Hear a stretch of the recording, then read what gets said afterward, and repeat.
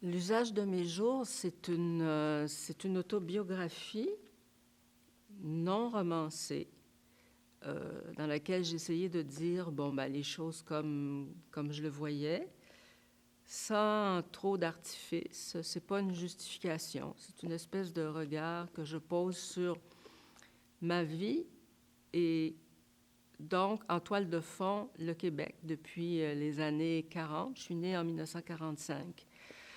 C'est l'histoire de ma vie, mais c'est surtout, pour moi, un prétexte pour exposer le plus simplement possible ce qui m'a animé toute ma vie et mon point de vue sur des questions que je juge importantes. Par exemple, le féminisme, la question nationale, aussi la position des Blancs face aux Premières Nations. En fait, je m'adressais aux jeunes femmes d'aujourd'hui qui, parfois, c'est curieux, les phénomènes historiques. On oublie très souvent une génération, oublie la génération qui l'a précédée exactement. Par exemple, nous, et pendant des années, on a peu parlé de la Deuxième Guerre mondiale. On passait par-dessus. Donc, c'est pour expliquer certaines choses qui existent maintenant qui n'existaient pas autrefois, comme par exemple le droit à l'avortement. C'est pas tombé du ciel. Il a fallu se battre pour l'avoir. Ah, c'était beaucoup... Ma lectrice idéale, c'était une femme dans la vingtaine, trentaine, qui, donc, ne pouvait pas se douter des luttes qu'on a eu à mener collectivement, pas seulement les femmes, les hommes aussi.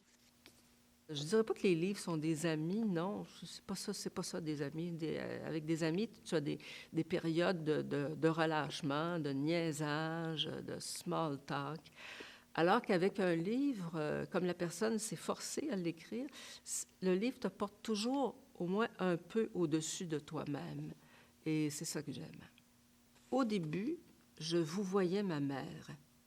En touchant sa ceinture dorée et les brillants de ses boucles d'oreilles, je lui disais « Vous êtes riche, vous, maman. » Ça venait de mes gardiennes chez qui il fallait dire « vous » aux grandes personnes.